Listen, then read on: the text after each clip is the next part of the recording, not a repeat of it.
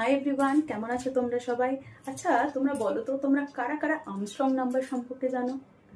Armstrong number সম্পর্কে বলতে গেলে একবার একটু বোর্ডে তাকাও।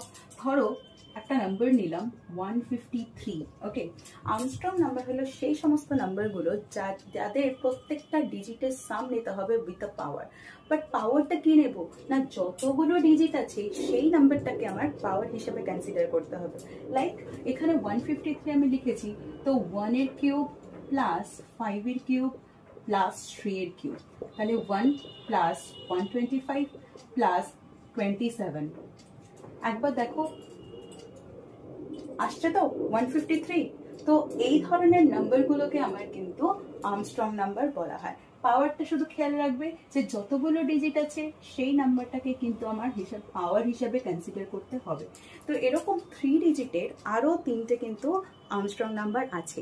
কিরকম না, একটা 370, একটা 371, আর একটা হলো 407।